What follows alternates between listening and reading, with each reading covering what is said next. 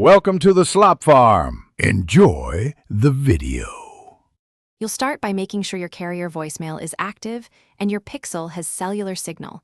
Voicemail settings won't save on Wi-Fi only. Open the phone app now, and once it's open, tap the 3 vertical dots in the top right to reveal settings.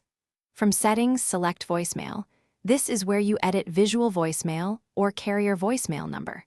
Make sure Do Not Disturb is off so you can hear prompts later, and continue to the next step to change greeting and playback options. Once in voicemail settings, decide between visual voicemail and carrier voicemail. Visual voicemail gives on-screen controls while carrier voicemail uses call prompts. Tap Greeting or change greeting, then follow prompts to record a concise greeting. Press record, speak clearly, and stop when done. After saving, check additional options. Set or update your voicemail PIN for security, enable or disable transcription, and adjust notification preferences so missed messages alert you. Finish by testing. Call your Pixel from another phone and leave a message to confirm the new greeting and that recording save. If you don't hear your greeting or messages fail, restart the Pixel and recheck the voicemail number in call settings. Sometimes the carrier voicemail number needs reconfiguring.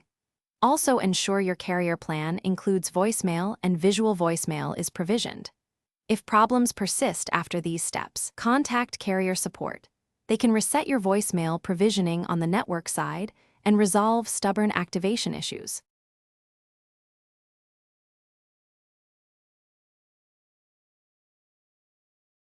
Thanks for watching. Consider subscribing if we helped you today.